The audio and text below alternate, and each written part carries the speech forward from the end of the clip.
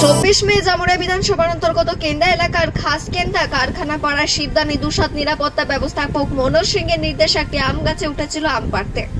কোনো কারণে আম গাছ থেকে পড়ে গিয়ে শিবদানি দুসাদ মারা যায়, যার জন্য 5 লক্ষ টাকা ক্ষতিপূরণ দেওয়ার কথা ছিল। কিন্তু ঘটনার 4 মাস পেরিয়ে গেলেও ক্ষতিপূরণ না পাওয়ায় মৃতের স্ত্রী ও পরিবারের লোকজন মনোজ সিং এর বাড়িতে ধর্নায় বসেন এবং বহুলা সাইডিং বন্ধ করে দেওয়া হয়।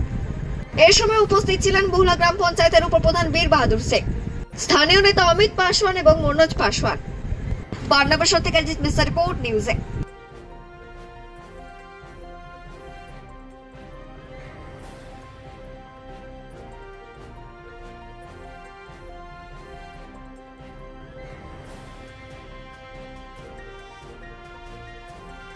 মনোজ কুমার গাছে আম পাড়তে ছাড়িয়েছিলেন। কতদিন আগে? এই যে 4 মাস হয়ে গেছে। 4 মাস হয়ে গেছে। কে চাপিয়েছিল গাছে? Manoj Kumar safety manager. তারপর কি হয়েছিল? তার গাছে গাছে চাপলে পড়ে গেছে উপর থেকে। হাসপাতাল নিয়ে গেলাম দুর্গাপুর, ওইখানে সন্ধ্যাবেলাতে মারা গেছে। তারপর কি হয়েছিল? তারপর এইখানে এসে পালিয়ে গেছিল।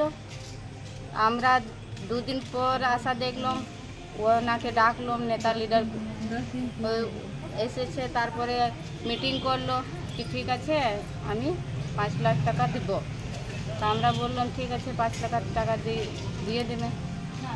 এবার টাকা তো কি, লোক তো সামনে এসেছিল না। আজকে আমরা এইখানে ধর্ণা দিয়েছি। এই ধর্ণাতে কতক্ষণ দিকে বসে আছেন? 2 ঘন্টা হয়ে গেছে। সকালে ওই সাইডিংয়ে ধর্ণা ছিলাম, সকাল থেকে 10টার সময় থেকে ধর্ণাতে আছি। আচ্ছা, যার বাড়িতে কাজ করতো তার নাম কি আছে? মনোজ কুমার সিং। উনি কি বলছেন এখন? এখন কিছু বলছে না। ও যে মিটিংয়ে বললো, তারপর আর কিছু বলছে না কি দিব কি না দিব। তাহলে আপনারা এখন যতক্ষণ এখন পয়সা যদি না দেয় তাহলে আপনারা কি করবেন? এইখানে বসে থাকবো। আপনার নাম? সঞ্জু দুসাদ। আজ 4 মাস আগে যে বসে আছে লোক, ওনার একটা হাজব্যান্ড মারা গেছে। ম্যানেজার সাহেব আন্ডারে ড্রাইভার ছিল। আমরা যে সেফটি অফিসার, এই সেফটি ম্যানেজার বললো কি লোয়ার কেনা করে দিতে, ওর ড্রাইভার ছিল। ড্রাইভার সাহেব বললো কি আমটা একটু তোড়ে দাও। তো আম তোড়তে গেছে, উপর থেকে গিরে গেছে। তারপরে স্পট ডেট হয়ে গেছে, হসপিটাল নিয়ে যেতে ডেট করে গেছে। আর ডেট করার পর এই যে ম্যানেজার সাহেব চলে গেছে বিহার।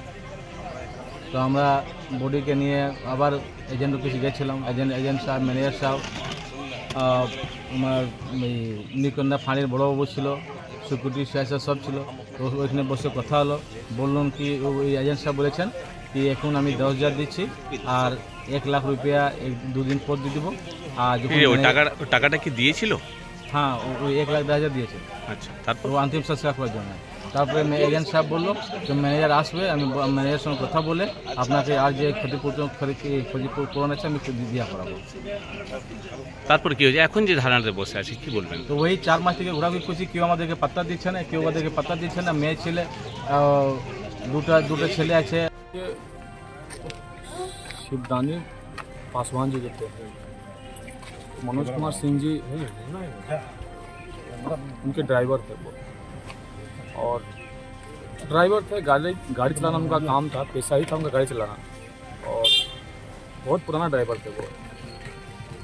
अचानक सुनने में आया कि मनोज कुमार सिंह जी उसको बोले कि तुम आम का पेड़ में जाके आम तोड़ लो। और आम का पेड़ में वो चढ़ाए थे वो लोग। चढ़ाने के बाद में वो अचानक आम का पेड़ से गिरा और गिरने के बाद में उसका अस्पताल ले जाते उसका मौत हो गया। खैर घटना घटा है, घटना का दुख हम लोग व्यक्त करते हैं। लेकिन इस घटना के प्रति एक मनुष्य का जो सोच होना चाहिए, वो सोच मनोज कुमार सिंह जी के अंदर में हम वो नहीं देखें। हम लोग एक दो बार हम भी एक बार बीच में बैठे कि ना इसका एक तो विचार हो जाए। और जो गरीब आदमी है, जो शिवदानी जिसका मौत हुआ है, उसका उसी के रोजगार पर उसका 3 छोटा बच्चा और उसका परिवार पूरा चलता था।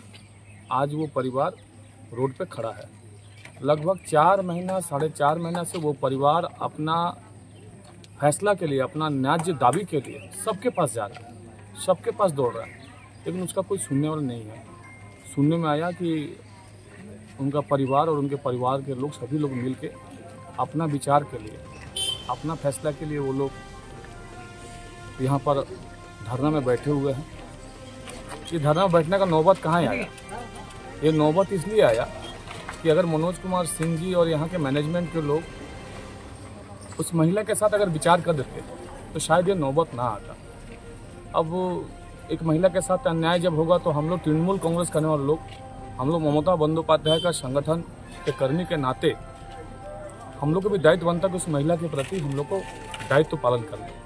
आज हम लोग देखने आए हैं, उसका कष्ट सुन रहे हैं। महिला बोल रही है कि मेरा 3 बच्चा आज सुबह से कल से खाना नहीं खाया है। महिला बोल रही है कि इतना बड़ा पर्व है, मेरा आदमी चला गया, इतना बड़ा पर्व में मेरा बच्चा लोग स्कूल का पढ़ाई बंद हो गया, मेरा बच्चा का तबीयत खराब है, उसका दवाई नहीं है।